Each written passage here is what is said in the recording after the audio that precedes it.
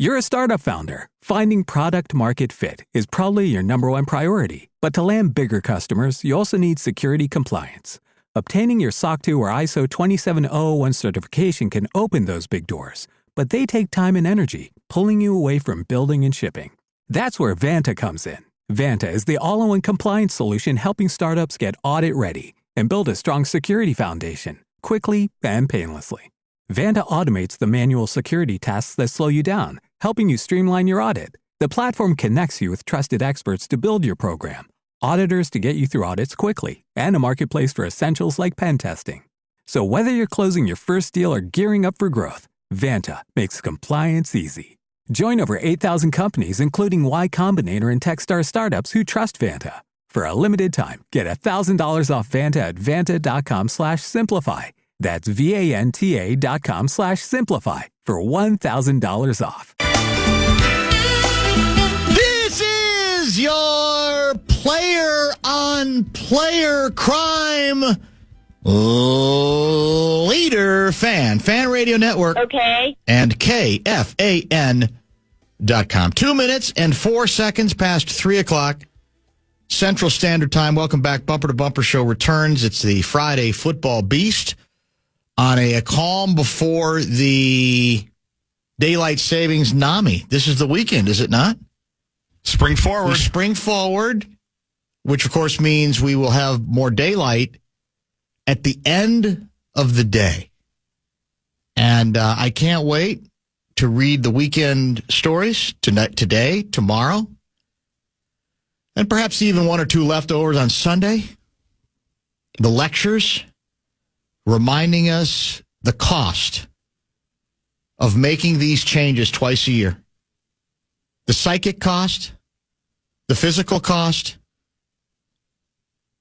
the financial ramifications, all the teeth gnashing over just how complicated and difficult and challenging it is. Why can't we just keep the clock the same year round?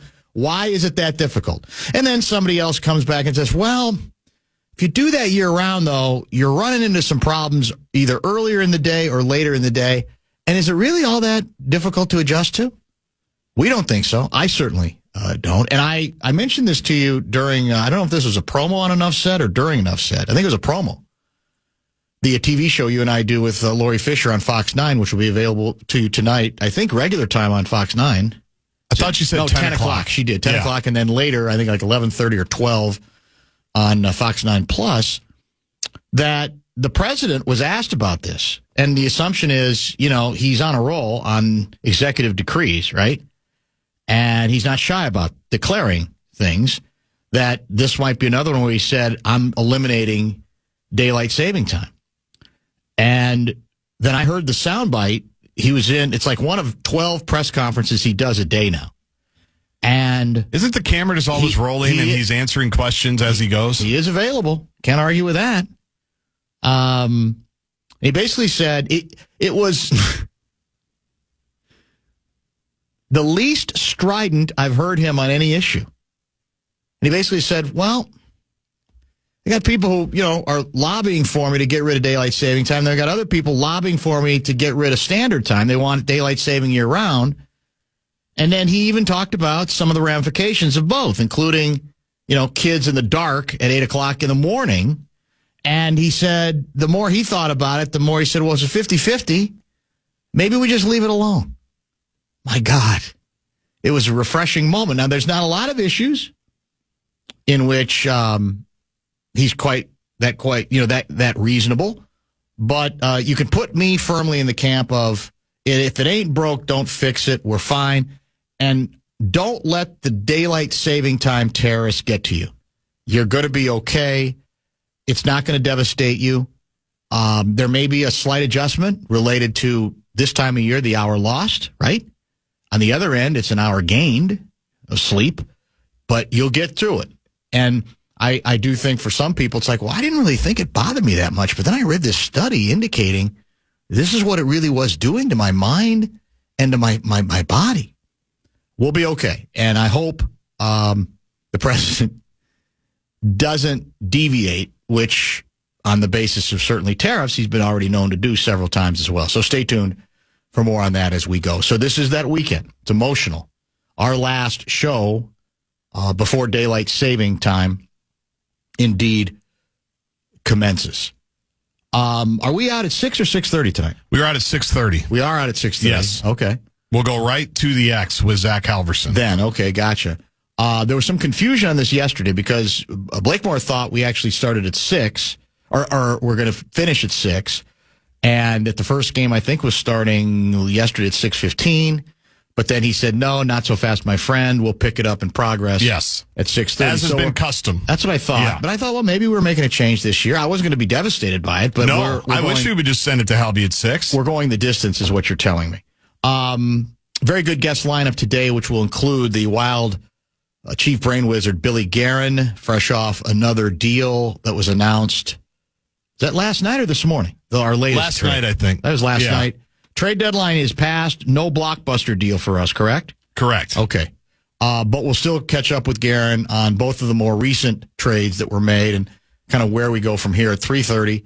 We expect Ben Gessling at 4:30, and we expect Lavelle from Florida at 5:30 as well. Player-on-player crime. Significant. What I call it,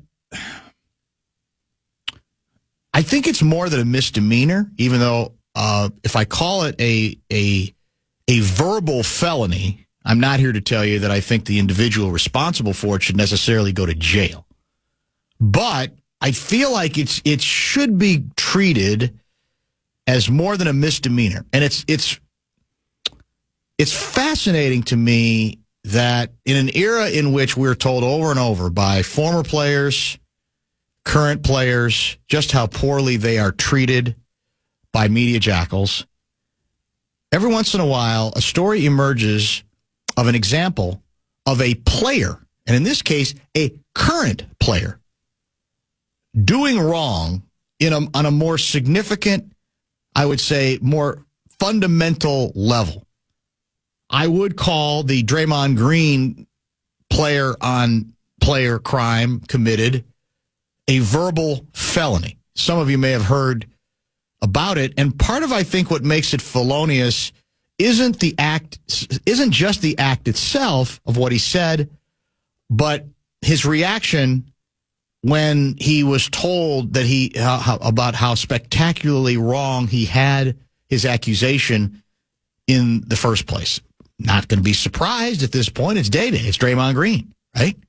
We certainly had signs. I mean, the number of verbal felonies he committed on Rudy Gobert during the NBA playoffs last year, well documented. We talked about it a lot on this show. I thought for the first time, the best TV sports studio show ever put together, is it called Inside the NBA? Yes. The TNT show? TNT. Was cheapened. And it had lowered itself by somehow deciding that we had to add Day for some spice to the mix. And all he did, I thought, was bring the whole thing down. But he's at it again, involving a former Minnesota Timberwolf named Karl Anthony Towns. And like everybody else, as we talked about yesterday, he's got a podcast. And in this case, I think he shares the podcast with Baron Davis. Yeah. And the implication, well, not implication, he just flat out said that the real reason that Karl Anthony Towns missed the Knicks game against the Golden State Warriors earlier this week was basically because he was afraid of Jimmy Butler. The background is pretty well established here. We know it better than most markets. We know how badly it ended at the end. There's an ongoing debate whether Jimmy Butler actually despised Cat or Andrew Wiggins more, but it ended badly. The infamous practice where buckets with a bunch of bench players just dominated and mocked and ridiculed the rest of the team on his way out the door, right, as he was about to be dealt elsewhere. And he got, he said it in that sort of clever, coy way, and Barron kind of went along with it because what are you going to do? It's kind of spicy. It sounds kind of sexy. It sounds kind of dramatic as well. The notion that he didn't want any part of Jimmy Butler with all that history. To the credit of some media jackal, after the Warriors game, I believe last night, another victory, by the way, a game in which the story should have been what Steph Curry did. Again, let's go back to the face of the league thing. Steph Curry is still, mark it down, write it down. Steph Curry is still the face of the league. So don't try to rush to find out who's next down the road. That's Curry. That is, without any question, Curry, and perhaps LeBron James is right behind him or right next to him. But I digress. Green, after the game, he's asked about it. He says, were you aware of the circumstances? He was at a funeral for a family friend. In fact, I think it was a friend of his girlfriend or fiance. I don't know which. Mm-hmm. That had cancer, apparently. Correct. And Draymond says, I think it was breast cancer. Died of breast cancer. Draymond, oh man. What I heard. I send well wishes. But the Draymond Green, well, let me back up. Here, let me give you the entire quote. That's unfortunate. I'm sorry to hear that. That sucks. But my comments that I made was, what I heard was this. And that's what I heard. Think about that. Think what would happen, rightly, to any jackal, any media jackal, with a press pass, caught in a bad inaccuracy, a bad report. Well, that's what I heard. Pretty sure I heard it. Can you deny that I heard it? It's beyond lame. So I do send my well wishes to him and his family. We all experience death. Now, this is Day the philosopher, in one way or another, and we'll experience it the same way one day. Heavy. So it's unfortunate. You never wish that on anybody, but the Draymond Green show at Baron Davis must go on. I definitely wish them well and wish their family well. You know, we all go through that, and it's never easy for anyone, but the Draymond Green show at Baron Davis will go on. So that's 2 efforts to turn it into a chance to plug your podcast as you're caught in a made-up story about someone who plays in the league trying to show support to his girlfriend's friend who has died.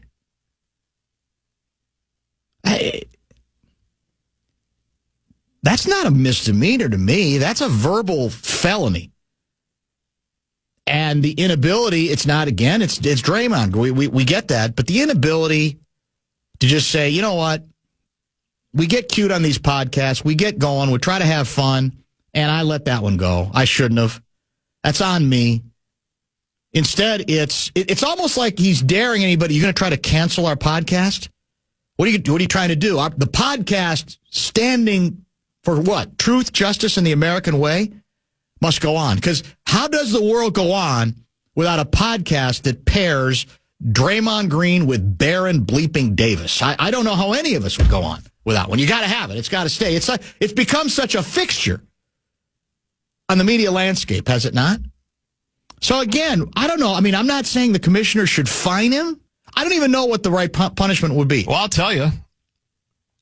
There's no excuse for TNT having him back after. Well, I'm with you. After a year ago, after this stuff, that ESPN, should be the punishment. Any of the quote-unquote mainstreams, right? The ones where the league is featured most prominently, those platforms. To me, there's no reason to keep giving this guy a voice. 100%. And I would say that's that the even punishment. Just a year ago with the Rudy stuff, it was so over the top. Now, this is a completely different level, but it should. This is worse. Totally. Somebody in those offices should go, That's it. We've had enough. Why are we going to allow this on our stuff, which does allegedly stand for something and is seen as more than just the podcast that he does after the game? That should be the punishment. I have no faith that it will be. No, I don't either. I think these entities are still going to platform these guys. In fact, I think, sadly, a lot of them will look at it, well, no, this makes him more interesting and more notorious because you never know what's going to come out of his mouth. I'd have no difficulty with exactly that, if you want to call that a form of punishment. I'll just double down and reiterate. We've got players, current and former, who are whining constantly about reporting on these players and how much tougher it is now. which is a provable lie. There's just more of it now because we're in a social media age. I don't want to go down the list. You weren't here, I don't think, for this day that we got into this before. Michael Jordan got ripped all the time when he first came into the league. All the time. Magic Johnson got ripped. There just wasn't as much of it because there weren't podcasts and there weren't as many possibilities of where you might get ripped. The idea that somehow players have to put up with a greater amount of noise. Yes, that's just the nature of everything in the culture. All of us have to put up with that. But again, where are the players to say, we rip reporters, we think they stretch the truth or they embellish a little bit? How can we stand for this? In this case, for personal reasons. This isn't having to do with an injury or milking an injury. A player is just trying to support his friend, his wife's friend who's died at a young age, and we're supposed to let it go because it's day and he plays in the league and he's on a podcast, and what, we're afraid of him? So get off. The moral of the story is get off your high horse about reporters, how much tougher they are, if you do not have the ability to go after this situation, which is, by the way, a lot worse than a lot of those other accusations, which often have to do with different viewpoints on here's what happened when a player got traded. Here's what went down leading up to it, where there might be some error, but there also might be more debate on exactly what took place and different versions of the truth. There's no version of the truth here. We know exactly why Karl Anthony Towns was not there. Let's pause. I'm very late. As I mentioned, we'll prepare for Bill Guerin in about 15 minutes. Is it great offense or kind of leaky defense? Class A semifinal game 2. East Grand Forks 6, Hibbing Chisholm 5, with still 10 minutes and change to go in period number 3. By the way, if you're bored with us, which we'd rather you not be, but if you are, we'll give you options. You can go to the score right now via the free iHeartRadio app, and go to, I should say, KFAN Plus, which is 96.7, but it shows up easily. You click on it, and you got Halvey. Although, is it Halvey on the call in every game, or it might be Fallness? It might be Fallness here. I haven't done a live listening today. Yeah, I think you're right. I think it was definitely Fallness' first game. So it's Fallness right now. I just put it in queue. There it is. So and you can make the Plus a preset on the free and easy to use iHeartRadio app, which I have, and it's very simple. You are correct. Heck of a hockey game. The second of 2 great games here at the X thus far. A couple people have weighed in on the controversy. Didn't the Detroit reporter who thought he got the Sam Darnold scoop use "That's Just What I Heard" bit too? He did. It's a very good point. And he got dragged. And he did, similarly to Draymond, he never really took responsibility for it. He kind of said, well, I was talking to my buddy Ben Gessling, and apparently I might have gotten that wrong. But all along, it was really no willingness to take any kind of, say, I misheard it. I started a fire and I shouldn't have. Nobody, I don't think, was calling for his head. And by the way, here's another thing. This is the other part that annoys me about the Day story. His reputation is he takes no prisoners. You know what? He doesn't try to curry favor with anybody, no pun intended. Guess who his teammate is? Jimmy Butler. And they practically kiss during games. It's almost absurd how much he has sucked up to him. And it's like, to me, that's this comes off transparently as, hey, this way I can suck up to my new teammate, who, by the way, is helping them win. There's no question as expected about that, as expected, as we kind of knew, because he's in his honeymoon period. But I thought, Day was the guy, hey, I don't need any of that nonsense. That's the sort of thing when other players do it, he'd rip. God, he's a fraud. He's a very good, one of the most unique basketball players. I would argue that the 2 most unique, I didn't say best, most unique basketball players of the last 50 years are Draymond Green and Dennis Rodman. They had specific skills and abilities. They weren't well-rounded, but what they did was they were so good in their uniqueness they're considered championship players, right? Players who help you in their own way, if you get the right people around them, win championships. But come on, man. It's just bizarre. Today marks the day where the Wild have officially become the most irrelevant, most poorly run franchise in Minnesota. He is not happy with the moves that we made. Maybe we'll run this by Bill Guerin, get a reaction. I'm just not sure what we expected here. Well, I think the fair thing to debate is whether you sacrificed too much for too little in return that's going to be, by definition, likely just for the rest of this season. Although I guess it's possible that one or more of the players we've added lately could, stay if it goes really, really, really well. I'm not sure. Where were we here? I had one other one I wanted to get to. Well, yeah, there's a couple people saying, look, that it's probably more likely that Day-Day is going to be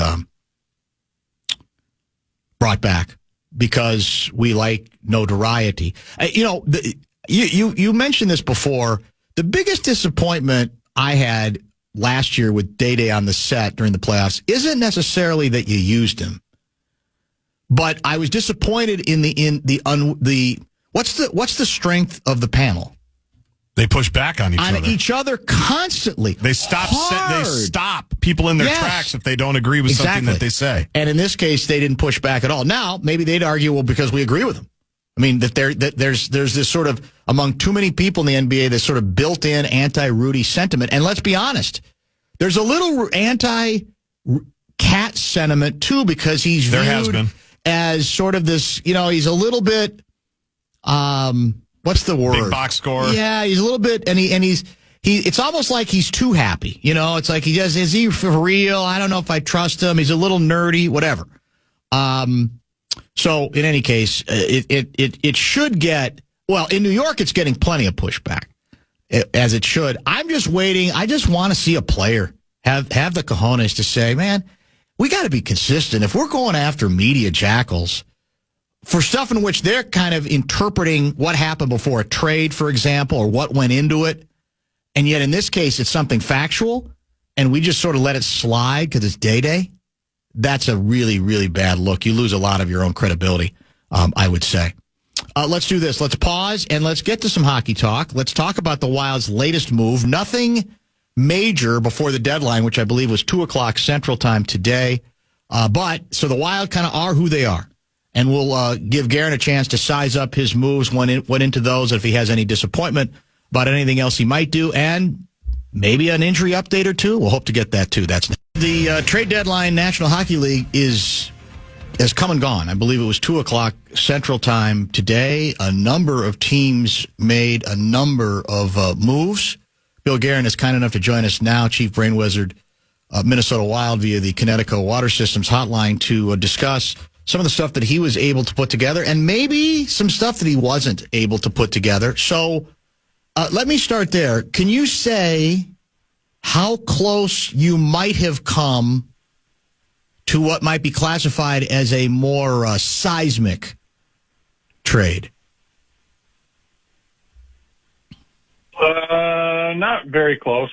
I mean, I've said this before. Like, this is... We're still in a process, and we've waited 4 years now to eventually get out of this these empty cap hits, and I just don't think it was the right time for us to try and force something for a short-term fix before heading into, a summer that we've been looking forward to for a long time. So, the speculation in media circles was, all right, this is a clever way that if you can shelve a player, a good player, obviously, you can sort of, in effect, legally circumvent the cap, right? Which is what a couple teams have been very clever about doing. And the assumption was that the decision ultimately you made on that might depend on whether something really good or appealing might have come along. Is it, in your mind, was it that simple and that sort of deal didn't come along? Or was it more you guys were not interested in committing to the notion that one of your top players was not going to play for the rest of the regular season?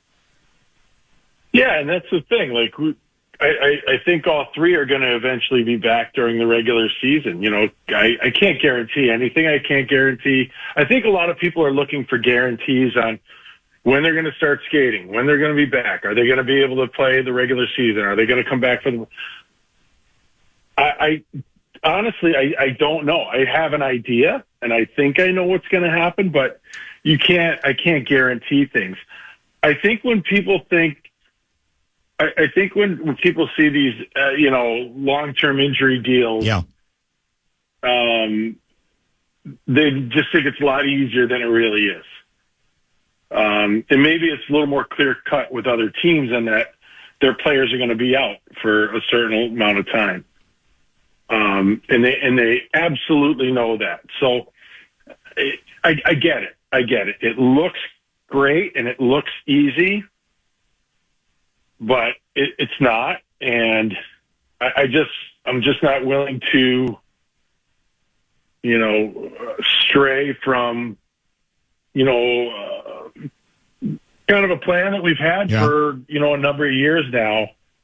I'd like to get to this summer with all the assets that we possibly can have to, try to improve our team. All right, let's, we have texters, we've got tenacious listeners. So I'll give you what one of them just texted and get your reaction to it.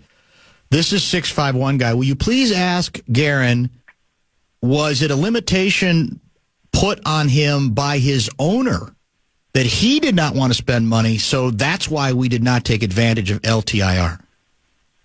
No.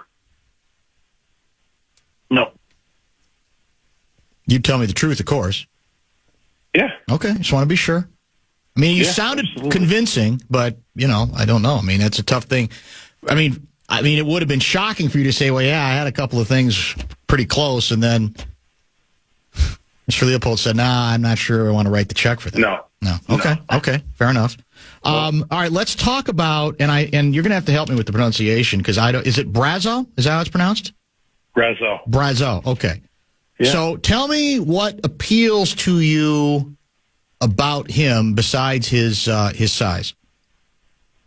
You know what? I think he's got some ability. I mean, he's played limited minutes in a bottom six role, and he's got decent numbers for the opportunity that he has. And but look, his size is very intriguing, and I think will be helpful. We need that. I think he has the ability to be good around the net. You know what? He was good in the playoffs for them last year. There's a lot to like, and I think the acquisition price was fair, and I think it was something that me and my entire group thought could help us. Let me get your reaction. Here's a bit of analysis from your guy Russo, who I think gave you for this trade. They're big on letter grades at The Athletic, so I think he either gave you a B+ or a B- on this one. I can't tell, because one of the grades I think was for all the moves, and then one of them might have been for this particular trade. But he writes, to trade a 22-year-old second-round pick with upside and a center at that for a 27-year-old pending unrestricted free agent and undrafted winger who has spent most of the past 5 years in the minors doesn't make a lot of sense unless Brazeau is so good these last number of weeks that he's re-signed. Does he have a point? Is it a lot to give up? I think it's just easy to say that. And for me to really answer that question, you would probably be, I would have to go into it, and it would sound like knocking the player that I just traded, Okay. and I'm not going to do that. So, listen, it's always easier on the outside looking in. They should have just done this. They should have just done that. And I get it. Like, there are people in the media. There are fans, and hey, look, I get that. That's part of having a job like I have, but it's just not that easy. I don't want to sit here and rip a guy that I had. And well, let me try it this way. So, because one of your earlier answers was, look, I'm doing something bigger. I want to have, to me, what it sounded like you were saying is at the end of this stretch, right? The Parisi Suter, the end of this run of having that salary cap hell, I want to have as many options and as many assets as I can. And then that gets back to, even if you don't necessarily love the player you've traded here, Husnadidov, I hope I'm pronouncing that right, that even if you don't love him, he might represent an asset, and are you better off holding on to that asset in that stretch where you say, okay, now I have even more flexibility, given that we're talking about a player who realistically won't come back? Or is that part of the flaw here, that you think that there's a decent chance he might? Again, that's so easy to say, like, a 22-year-old center that he's got to have value out there. Nobody else knows what the real value was except for me. Okay. Because I'm making the calls.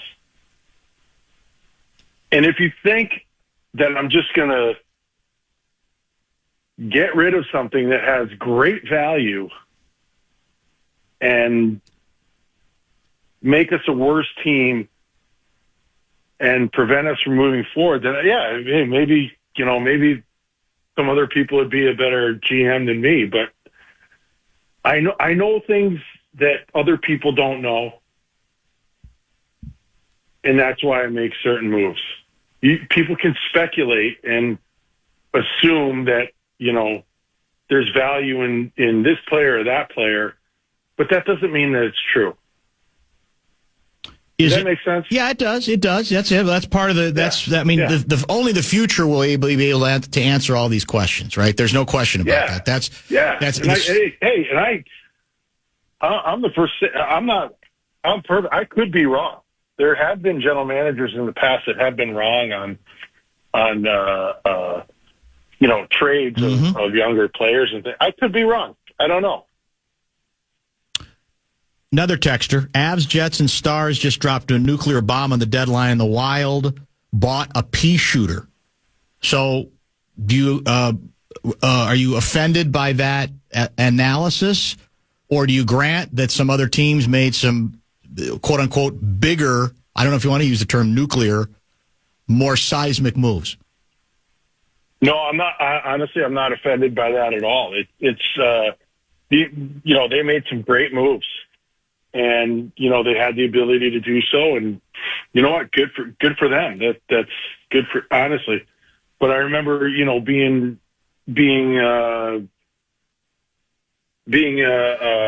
back this summer when, the same type things were going on. And I just said, like, look, you got to play the games.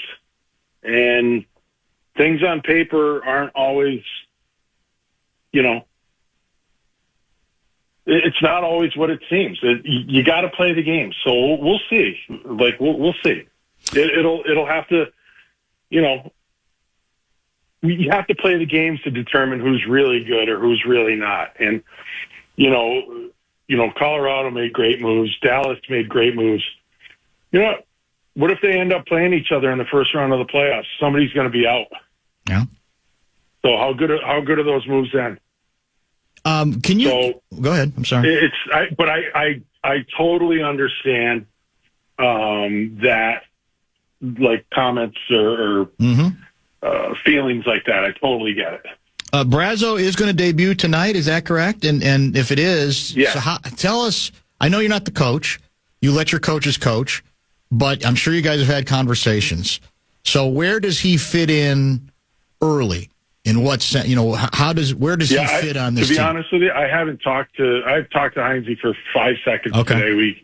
We just had a quick lunch, but he'll make the lineup, and we've got a lot going on, so it's he'll make the lines. So how do you do it with him? Any coach that you've worked with, in terms of advanced knowledge regarding even moves like this that aren't necessarily viewed as major moves, but still changes and moves.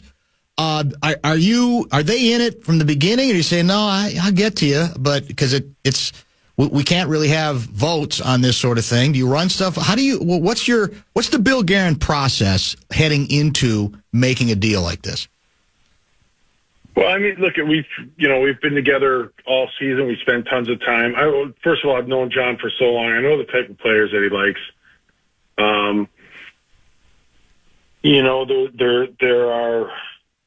There's a lot that goes into it, but I don't necessarily say, hey, are you okay if we get this guy? Is this guy going to fit with you? It's more along like, this is what we can afford to get. This is the type of players we're looking at. You good with that? And then we'll do it. And then his job is to coach the team. Billy Guerin, Wild General Manager, President of Hockey Operations, whatever fancy title you have these days, or maybe a combination of both, kind enough to join us on this Friday after just a couple hours after the trade deadline. All right, let's get back to the Nyquist move. Tell me about that, what your thinking was there, and where you believe obviously you're familiar with him, where you think he might be helpful. Yeah, I think, listen, he's very versatile. He can kill penalties. He can play in the power play. He's a top 6 forward. He can play a lot of roles, but he's a smart player. We know him. He knows it here. Sometimes when you've been moved at the deadline, it can kind of upset your life, and adjustment can be hard. So the fact that we had him before really helps. But we just like kind of everything that he brings, versatility and hockey sense are two of the biggest things. So, again, is it fair to say both of these moves, even you would say, aren't like heavily move-the-needle moves, but smaller moves that you think still, given your injury issues, given the circumstance here, which is trying to sort of tread water, right, until some of the big guns get back, that you think can help? Can assist, can in subtle ways keep you guys on the straight and narrow until the cavalry arrives? Yeah. I think these are guys that I think when you look at our team and we're completely healthy, will play a big role in helping us have some success. Are you a guy, this subject comes up all the time in any sport at the trade deadline. And especially for teams that have good records, which your team does, a great record on the road, obviously. That continues. But the question of, okay, part of my job here is to subtly, or maybe not so subtly, send a message within my locker room or clubhouse that I haven't given up on this. Even though we know we got some challenges, we got some issues here, I want to convey as the guy in charge of the personnel that, I'm still trying on your behalf because I want to convey a sense that I'm not abandoning you in terms of the players that are here. How much does that enter into your thinking when you decide what kinds of moves you're going to make, or if you're going to make moves? You know what? I think that could be one way to approach it or think about it. But you have to be real careful too. Like if it's, I don't know, you can upset things too. Mm-hmm. We've seen that before, and like you try to like boost the group and show them that like, hey, we're behind you. We're going to get you help. We're going to get this guy and that guy. That's great, but it's also gotta fit. A bit. a bit. It plays into it.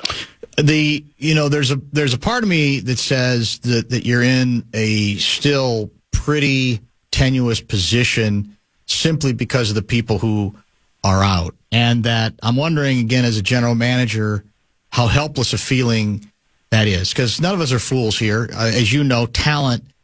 You're a big grit guy, but I think even you will acknowledge that grit without talent accompanying it has its limitations.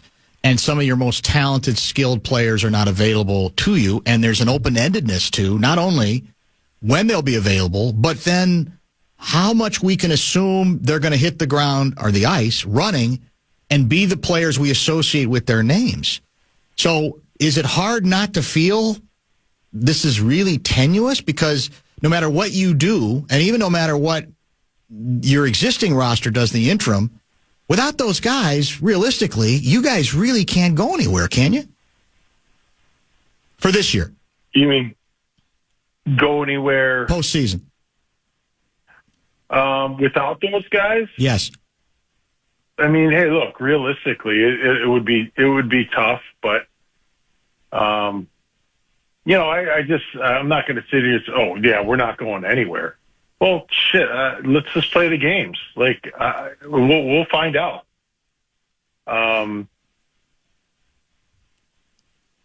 It's tough. Like when you're down some of your top players, like we're down 3 of our top players, and yeah, that's frustrating. It stinks, but that's reality. And we'll deal with it. But like I keep saying, Dan, like we just got to prepare and play the games and go out and do the best we can to get to the postseason, and then we'll see who we're matched up against, and then we'll see what comes out of that. It's not great having those guys out, but that's life right now, and that's what we have to deal with. So we got to be big boys about it and get ready to go. I understand your hesitation in being very precise about when each or any of these players are coming back, right? Because there's no upside to that. And then you get cornered by the Jackals going, well, you said this date, and now here we are, and there's no players. So there's an open-endedness to it, I would think. But can you give us any, because I'm assuming you get daily reports, or close. So can you give us any more optimism? Is there anything that leads you to believe, regardless of forget the dates, that we got a really good chance of getting all 3 of these guys back, and that we can dream about the fact that when they do come back, they're going to be able to come back fast, and it's not going to be we're getting them back at 72%, or it's going to take them another month to figure out that they're playing hockey. Are there any indications that you can grab onto there that make you any more optimistic, or is that just impossible to predict? No, I'm very optimistic that they're going to be back. So the way it works too is like they start preparing, weeks before they're actually cleared. They'll be skating, they'll be training, they'll be getting in, condition, they'll be getting ready, and then when they're cleared, they're as close to 100% as they're possibly going to get at that time. I'm very optimistic that they're all going to be back at some point in time in the regular season. Likely that in the case of Kaprizov, it's going to be even later than we thought, though. And because one of the things that's come up before is when he's had to, that I think he said last time he went through this that it was harder that he needs a pretty good ramp, or he felt like it took him a while to get back up to speed. Does that concern you in his case, given obviously, how important activity and speed is his game? Yeah, I think that's always something that we, are concerned about is the time it takes to get up to not just game speed, but playoff game speed. And, when you've been out for long stretches, It it's tough, but players have done it before, and guys like Kirill and Eck and Brodin, they're exceptional players and great athletes. So I'm confident that they'll, when they get back, they'll get up to speed pretty quickly. So is this pretty much it, do you think? Are there legitimate waiver moves that could still be made that you think can't be ruled out here? Or is it pretty much, okay, we are who we are at this point? No, we are who we are. We are who we are. All right, well, we'll leave it at that. I appreciate the time, as always. I'm a little disappointed that there wasn't a blockbuster. But, I get your point. You can't do it to do it. You have to be able to do it, right? It has to be realistic. I don't do things for popularity or clicks or all that stuff. I'm doing things so we can have some long-term success. And this just wasn't the day to do that.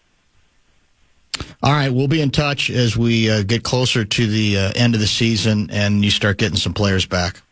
Thank you. Thanks, buddy. Bill Guerin, the general manager, president of hockey operations for your Minnesota Wild. If you'd like to react, as many of you already have, hit the Bradshaw and Bryant KFAN text line. That is 64686. Ben Gessling in 30 minutes with the very latest Vikings free agent juice.